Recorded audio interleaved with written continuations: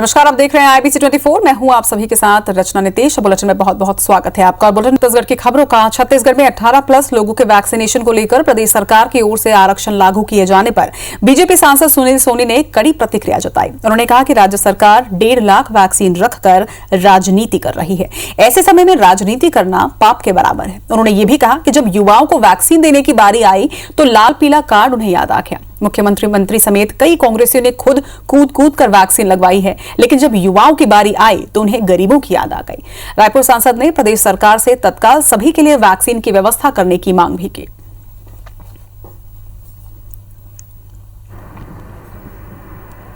जब नवयुवक 18 साल से ऊपर के लोगों की बारी आ रही है तब आप राजनीति कर रहे हैं, ये घृणित राजनीति मानता हूं।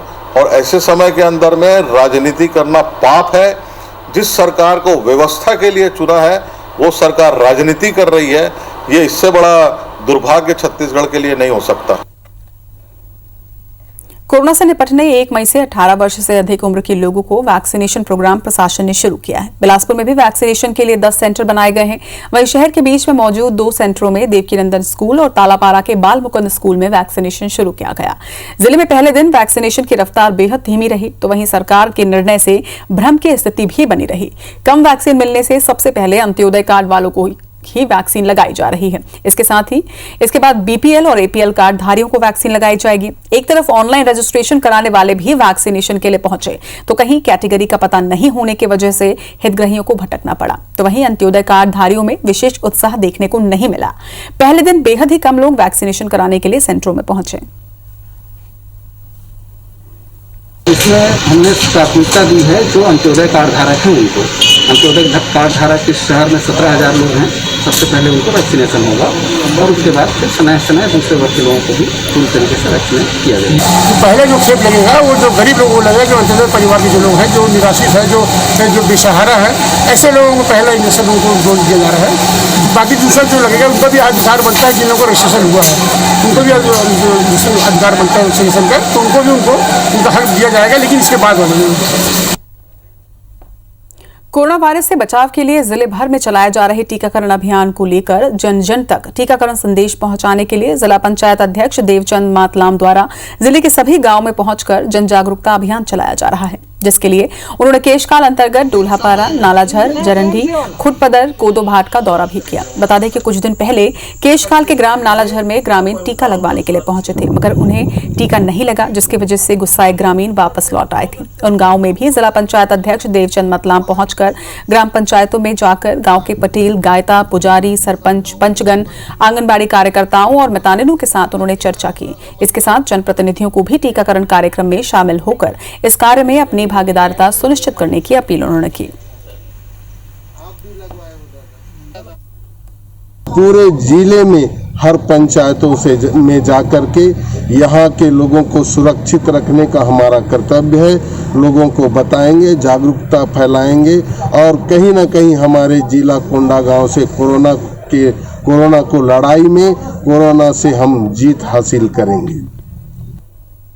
एक और वैक्सीन की कमी को देखते हुए सरकार ने 18 से 44 वर्ष के अंत्योदय कार्ड धारकों को वैक्सीन लगाने की प्रक्रिया शुरू की है, तो वहीं कुछ निजी अस्पताल पैसे लेकर धड़ल्ले से 18 से 44 वर्ष तक के लोगों को वैक्सीन लगाकर मोटी कमाई कर रहे हैं। एक ऐसे ही क्लिनिक पर कार्रवाई करते हुए सरगुजा जिला प्रशासन ने न सिर्फ यहां भरी और खाली कोरोना की वैक्सीन जब्त की, बल्कि जांच तक क्लिनिक को सील भी कर दिया है। दरअसल सरगुजा जिले में प्रशासन को यह सूचना मिली कि चोपड़ापारा में संचालित कमलेश नेत्रालय में बिना अनुमति न सिर्फ कोरोना की वैक्सीन लगाई जा रही है, बल्कि यहां शहर के बड़े घर के युवा भी वैक्सीन लगवाने के लिए पहुंचे हैं। शिकायत यह भी मिली थी कि मोटी रकम लेकर युवाओं को कोरोना की वैक्सीन अनाधिकृत रूप से लगाई जा रही है। ऐसे में SDM स्वास्थ्य विभाग और पुलिस की टीम जब मौके पर पहुंची तो यहां बड़ी बड़ी गाड़ियां भी नजर आई और उसमें कई युवक युवती यहां पर पहुंचे हुए थे, जिनमें से कई लोगों को कोरोना की वैक्सीन लगाई भी जा चुकी थी। SDM और स्वास्थ्य विभाग की टीम जैसे ही कमलेश नेत्रालय पहुंची तो यहां हड़कंप मच गया और टीम ने यहां से खाली और भरी हुई कोरोना की वैक्सीन को भी जब्त किया। शिकायत ये मिली थी कि कमलेश नेत्रालय में अनधिकृत रूप से कोविड का वैक्सीन लगाया जा रहा है, इसीलिए जांच में हम आए थे और जांच में शिकायत सही पाई गई है। तो जो वैक्सीन हमें मिले हैं उसको जब्त किया गया है और फिलहाल आगामी जांच के लिए हॉस्पिटल को सील किया जा रहा है। IBC 24 की खबर का एक बड़ा असर हुआ है। रायपुर के शैलेंद्र नगर में सैनिटाइजर फैक्ट्री पर छापा मारकर अवैध रूप से बनाया जा रहा सैनिटाइजर जब्त किया गया। बता दें कि रिहायशी इलाके में घर में अवैध सैनिटाइजर बनाने की फैक्ट्री संचालित थी। इस खबर पर ज्यादा जानकारी के साथ हमारे सहयोगी संदीप इस वक्त हमारे साथ जुड़ रहे हैं। संदीप, कल भी हमने खुलासा किया था कि किस तरीके से मिथाइल जैसी जहरीली कंटेंट वाला सैनिटाइजर मार्केट में उपलब्ध है और आज एक बार फिर से IBC 24 की खबर का असर हुआ है और एक बड़ा खुलासा हुआ है कि घरों में इस तरह के सैनिटाइजर बनाए जा रहे हैं।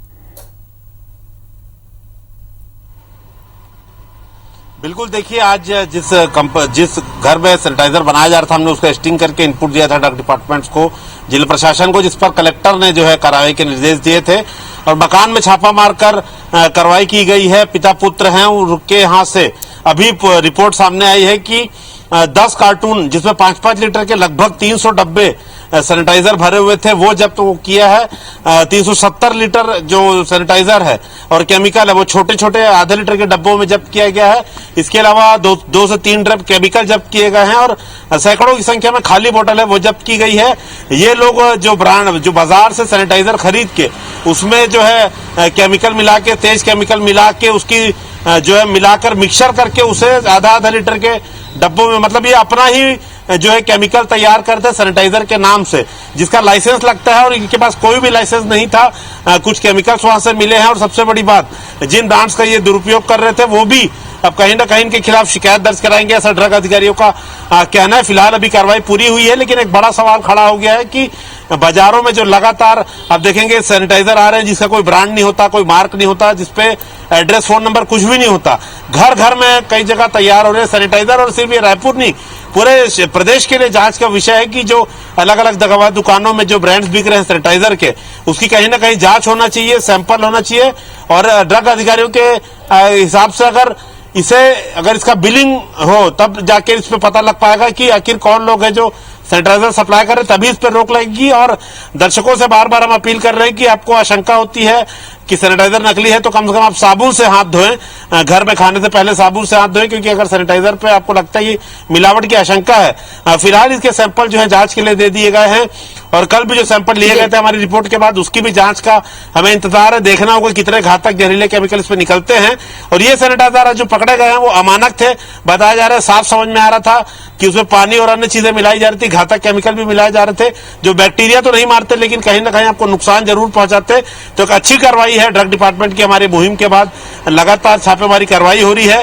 ये चलती रहेगी तो उम्मीद कर सकते हैं कि नकली और जहरीला सैनिटाइजर जो मार्केट में बिक रहा है उस पर लगाम लगेगी। जी, निश्चित तौर पर लगाम लगाने की आवश्यकता भी है। इसके साथ ही जनता को भी यहाँ पर जागरूक आवश्यक तौर पर होना पड़ेगा। तमाम बातचीत के लिए आपका बहुत बहुत शुक्रिया। छत्तीसगढ़ में 18+ लोगों के वैक्सीनेशन को लेकर प्रदेश सरकार की ओर से आरक्षण लागू किए जाने पर बीजेपी सांसद सुनील सोनी ने कड़ी प्रतिक्रिया जताई। उन्होंने कहा कि राज्य सरकार 1.5 लाख वैक्सीन रखकर राजनीति कर रही है।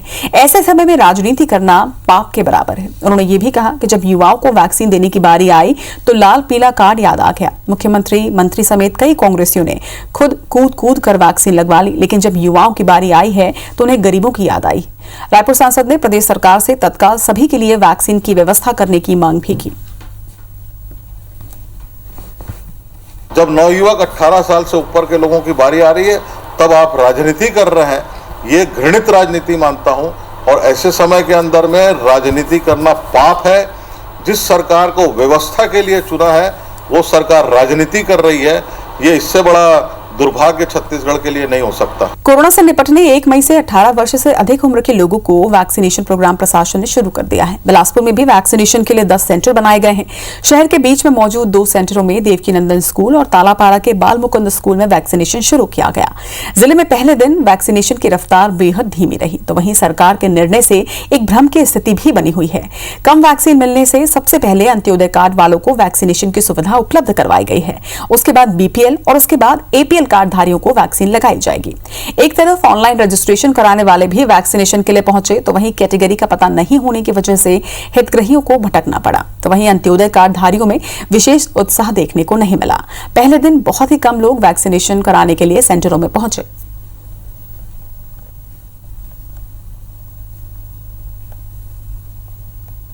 इसमें हमने प्राथमिकता दी है जो अंत्योदय कार्ड धारक हैं उनको। अंत्योदय कार्ड धारक इस शहर में 17,000 लोग हैं। सबसे पहले उनको वैक्सीनेशन होगा और उसके बाद फिर समय समय दूसरे वर्ग के लोगों को भी पूरी तरीके से वैक्सीनेट किया जाएगा। जो पहले जो खेप लगेगा वो जो गरीब लोगों को लगेगा, जो अंत्योदय परिवार के जो लोग हैं, जो निराश्रित है, जो बेसहारा है, ऐसे लोगों को पहला इंजेक्शन उनको डोज दिया जा रहा है।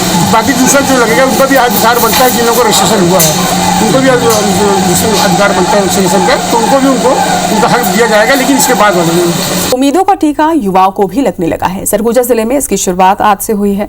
कोविड-19 टीकाकरण के तीसरे चरण के तहत 18 से 44 आयु वर्ग के व्यक्तियों के लिए टीकाकरण के लिए जिले में 10 केंद्र बनाए गए हैं, जिसके तहत अंत्योदय कार्ड धारकों को ये टीका शुरू में लगाया जाएगा, जिसके बाद बीपीएल और फिर एपीएल वर्ग के लोगों को राज्य शासन के तीसरे चरण के तहत 3 चक्र में टीके लगाए जा रहे हैं।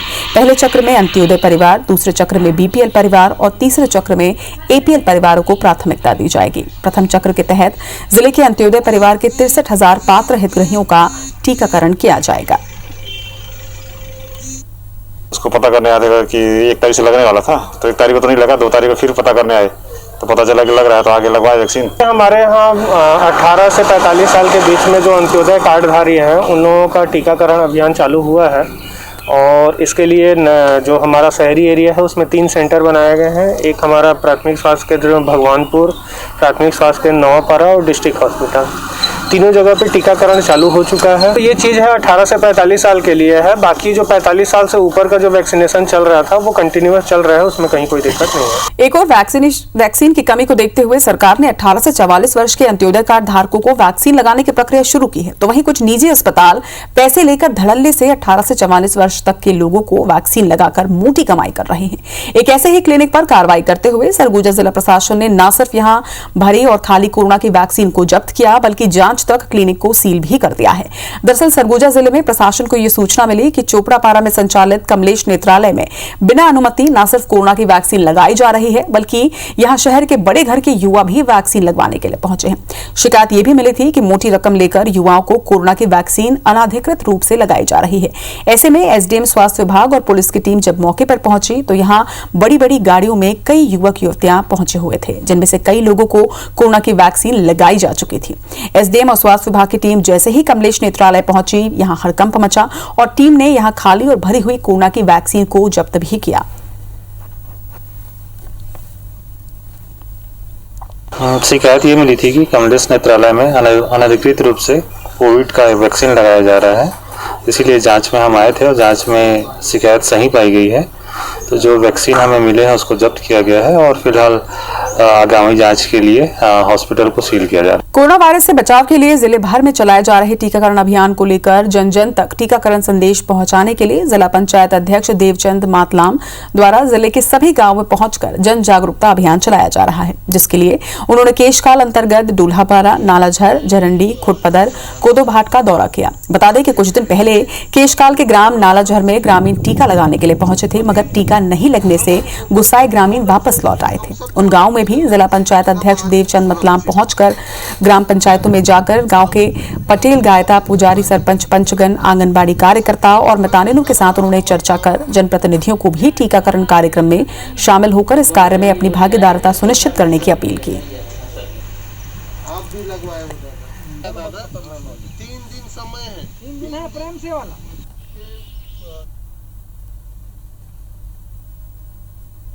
पूरे जिले में हर पंचायतों से में जाकर के यहाँ के लोगों को सुरक्षित रखने का हमारा कर्तव्य है। लोगों को बताएंगे, जागरूकता फैलाएंगे और कहीं ना कहीं हमारे जिला कोंडागांव से कोरोना को लड़ाई में कोरोना से हम जीत हासिल करें। बिलासपुर के सिम्स अस्पताल में संक्रमण के चलते 7 महीने की बच्ची ने दम तोड़ दिया। अफसोस और शर्मनाक तो ये है कि मौत के बाद उसके माता पिता उस मासूम का शव लावारिस की तरह छोड़कर चले गए। प्रशासन की टीम उनके गांव तक भी पहुंची, लेकिन वहां पर भी घर पे ताला ही लगा मिला। अब प्रशासन बच्ची का अंतिम संस्कार करेगा। दरअसल मस्तूरी के पचपेड़ी गांव में रहने वाले परिवार ने 7 महीने की बच्ची आहना का टेस्ट कराया तो रिपोर्ट पॉजिटिव आई। तबियत ज्यादा बिगड़ने पर 28 अप्रैल को पिता देव कुमार ने बच्ची को सिम्स अस्पताल में भर्ती करवाया, लेकिन अगले ही दिन इलाज के दौरान बच्ची ने आखिरी सांस ली। इसकी जानकारी अस्पताल प्रबंधन ने परिजनों को भी दी, लेकिन हैरानी ये कि वो अस्पताल नहीं पहुंचे। अस्पताल प्रबंधन ने शव को मोर्चरी में रखवा दिया।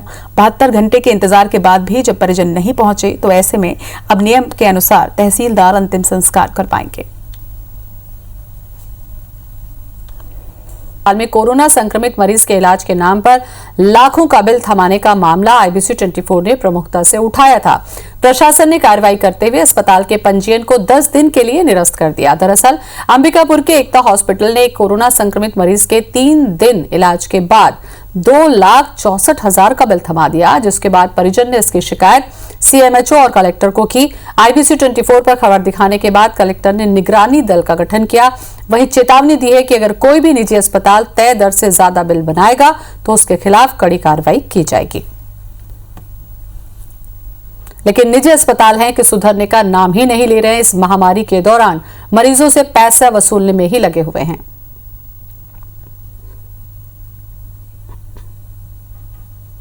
ये शिकायत आया था कि जो चार्जेस लिए गए हैं अनड्यू चार्जेस हैं। इसके बाद उनको नोटिस जारी हुआ था, जिला स्तर से भी नोटिस जारी हुआ था, डायरेक्टरेट से भी जारी हुआ था, लेकिन उनके द्वारा अभी तक किसी भी नोटिस का कोई जवाब नहीं दिया गया है और CMHO के स्तर पे और DHS के स्तर पर कोई भी जवाब प्राप्त नहीं हुआ है। तो उनके जितने ऑपरेशन अभी सस्पेंड रखे गए हैं, जब उनका जवाब आएंगे तो उसके बाद फिर आगे कार्रवाई की। आदिवासी परिवारों की आर्थिक कमर तोड़ दी है। ये परिवार अब शासन से आर्थिक मदद की गुहार लगा रहा है। कंडरा परिवार बांस से पर्रा, झांपी, सूपा और झाड़ू जैसी सामग्री बनाने का पुश्तैनी काम करते हैं। छत्तीसगढ़ी शादियों में बांस से निर्मित वस्तुओं का विशेष महत्व होता है। शादी के सीजन में इन परिवारों को अच्छी खासी आमदनी हो जाती है। मार्च अप्रैल के शादी सीजन को ध्यान में रखकर इन परिवारों ने तैयारी भी कर ली थी, लेकिन इस वर्ष भी कोरोना के चलते और लॉकडाउन में शादियां नहीं के बराबर हुई। वहीं लॉकडाउन के कारण इन कंडरा परिवारों को दुकानें लगाने की भी मनाही है। ऐसे में इन परिवारों की मुसीबतें बढ़ गई हैं। इसके चलते इन परिवारों के समक्ष आर्थिक परेशानी खड़ी हो गई है। बिक्री बढ़ता कुछ नहीं, आवाजावन साधन नहीं है, पब्लिक आए नहीं, रेट नहीं निकलती। अब खाली बैठे बैठे काय कर भी अक्कर रखते घोड़ हाथ पिराते तबियत बाँस काम करते हैं। घर में कुछ ठहर कर सामान पड़े है बहुत सारा, कोई लेने वाला नहीं। हम सरकार से ही यही अपेक्षा रख रहे हैं कि लॉकडाउन चल रहा है, इसमें हमको रोजी रोटी तो कुछ नहीं मिल रहा, कि सरकार से यही अपील करते हैं कि हमको कुछ रोजी रोटी जो खाने पीने का गुजर बसर करने का है वो प्रदान। गुलाब के लिए अनुकूल वातावरण होने से लाल गुलाब की खुशबू लोगों को अपनी ओर आकर्षित कर रही है। यहाँ के लाल गुलाब देखने में काफी खूबसूरत होते हैं, साथ ही लोगों का मन भी मोह रहे हैं। मैन पार्ट में टोटल लॉकडाउन के बाद भी इसकी सुगंध और खूबसूरती लुभा रही है। प्रदूषण की कमी से मैन पार्ट में लाल गुलाब अपने पूरे शबाब के साथ छटा बिखेर रहे हैं।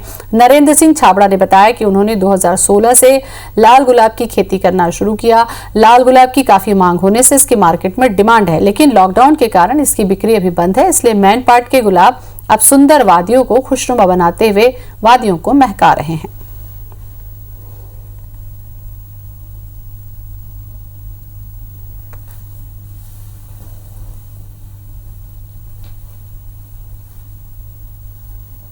दो 2016-17 को मैंने एक छोटे से हिस्से पे लगभग 40 डिसमिल का एरिया है और इस पे गुलाब की खेती किया और बहुत ही अच्छा इसका रिस्पांस मिल रहा है। और जिस क्वालिटी का गुलाब तैयार हो रहा है ये छत्तीसगढ़ में बढ़ते कोरोना संक्रमण की रोकथाम के साथ साथ कोरोना संक्रमित मरीजों को जल्द इलाज की सुविधा देने के लिए सरकार लगातार कोशिशों में जुटी हुई है। इस दिशा में रायपुर जिला प्रशासन और स्वास्थ्य विभाग के संयुक्त प्रयास से एक ऐसी वेबसाइट तैयार की गई है जिससे लोगों को 24 घंटे हॉस्पिटल में उपलब्ध बेड की संख्या की जानकारी आसानी से उपलब्ध हो सकेगी।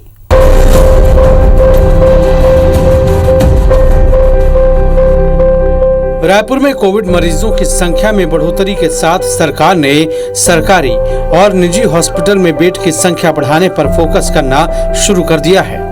लगातार कोशिशों से इस काम में सरकार को सफलता भी मिली और अब हॉस्पिटल में सभी तरह के बेड पर्याप्त संख्या में उपलब्ध हो रहे हैं। साथ ही लोगों को समय पर खाली बेड की जानकारी मिल सके, इस दिशा में भी काम शुरू कर दिया गया है, जिससे कोविड संक्रमण से बचाव और उपचार की स्थिति अब पहले से बेहतर है। रायपुर जिले में रविवार तक 988 सामान्य बेड में से 767 बेड खाली थे। 2170 ऑक्सीजन बेड में से 1150 बेड खाली थे। 1024 आईसीयू बेड में से 374 और 346 वेंटिलेटर बेड में से 131 बेड खाली थे। सरकार के प्रयासों से एक वेबसाइट भी तैयार की गई है www.cgcovid-janasahayata.com के जरिए हॉस्पिटल में बेड की उपलब्धता की स्थिति के बारे में रियल टाइम जानकारी ली जा सकती है। इस वेबसाइट पर जाकर कोविड अस्पतालों में बिस्तरों की संख्या सभी नागरिक तुरंत जान सकते हैं। जमा खर्च के सिद्धांत पर डेवलप की गई यह वेबसाइट आपको मरीज के बारे में किस बिस्तर की आवश्यकता है यह तुरंत बता देगी। खाली बेड की रियल टाइम जानकारी के लिए पूरे रायपुर शहर को 4 जोन में बांटा गया था। महज 48 घंटे में लगभग 20 से ज्यादा वॉलंटियर सभी सरकारी और निजी अस्पतालों में विजिट कर इस वेबसाइट में सभी भर्ती मरीजों की एंट्री कराने में सफल हुए। स्वास्थ्य विभाग के सभी अधिकारियों के निर्देशन पर अब इस वेबसाइट को सभी जिलों में कोविड मरीजों के लिए बिस्तर की उपलब्धता की जानकारी मुहैया कराने की तैयारी की जा रही है। cgcovid-janasahayata.com की वेबसाइट विभिन्न कोविड अस्पतालों में बिस्तर की उपलब्धता की जानकारी के लिए शुरू की गई थी। आने वाले दिनों में रायपुर जिले के अलावा सभी जिलों को जोड़ने की तैयारी है। अभी इस वेबसाइट को हॉस्पिटल में खाली बेड की उपलब्ध संख्या के लिए तैयार किया जा रहा है, लेकिन आने वाले समय में इसमें राज्य के सभी जिलों में उपलब्ध 1322 आइसोलेशन बेड की जानकारी भी होगी। कुल मिलाकर राज्य सरकार कोरोना संक्रमण के इस संकट में प्रदेश की जनता को हर संभव चिकित्सा सुविधा उपलब्ध कराने की दिशा में लगातार काम कर रही है। Bureau report IBC 24। रायपुर के नरदहा इलाके के काइट कॉलेज परिसर में शुरू किया गया कृति कोविड सेंटर रायपुर और आसपास के लोगों के लिए वरदान साबित हो रहा है। इस कोविड सेंटर में कोरोना मरीजों का इलाज पूरी तरह से मुफ्त में किया जा रहा है। अब तक 50 से ज्यादा कोविड मरीज यहां से इलाज के बाद पूरी तरह से स्वस्थ होकर जा चुके हैं। पूर्व मंत्री और विधायक बृजमोहन अग्रवाल की ओर से इस कोविड सेंटर का संचालन किया जा रहा है, जिसमें मानवता charitable and welfare trust, Agarwal समाज, बीजेपी चिकित्सा प्रकोष्ठ, तेरा पंथ प्रोफेशनल समाज, सेवा भारती और सर्व समाज का सहयोग भी है। सेंटर में 10 डॉक्टरों की टीम लगातार मरीजों की देखरेख कर रही है। इस सेंटर में कुल 200 बेड हैं, जिनमें 60 ऑक्सीजन बेड। ऑक्सीजन देने के लिए अलग से ऑक्सीजन पाइपलाइन भी यहां लगाई गई है। वहीं 20 ऑक्सीजन कंसंट्रेटर मशीनों की भी यहां सुविधा है। सेंटर में advance contactless remote patient monitoring system भी लगाया गया है। मरीजों का मनोबल बढ़ाए रखने के लिए रोज शाम को मोटिवेशनल स्पीकर और सीनियर डॉक्टर ऑनलाइन काउंसलिंग भी यहां करते हैं। और उन्होंने कहा हॉस्टल में बहुत काम है। मैंने कहा नहीं, हम इसको 7 दिन के अंदर में तैयार करेंगे। 50 बेड का ऑक्सीजन लाइन डाला, संपर्कों के आधार पर ट्रॉली बुलवाई, उससे जोड़ा और 200 बेड का हॉस्पिटल, 200 बेड का कोविड केयर सेंटर हमने 20 तारीख से शुरू कर दिया। 24 आवर्स का मॉनिटरिंग सिस्टम है सर। आप कभी भी किसी भी टाइम पेशेंट का मॉनिटरिंग देख सकते हैं कि पेशेंट कैसा है, वो सुरक्षित है कि नहीं है, उसका बीपी कैसा है, ये सारी चीज। 200 बेड का इंतजाम है। हमारे पास 8 से 10 डॉक्टर हैं जो 24 घंटे की ड्यूटी करते हैं। हमारे पास यहीं कैंपस में रहते हैं। इसके अलावा हमारे पास 30 से 35 नर्स हैं, 5 वार्ड बॉयज हैं। इसी के साथ इस बुलेटिन में फिलहाल इतना ही। नमस्कार।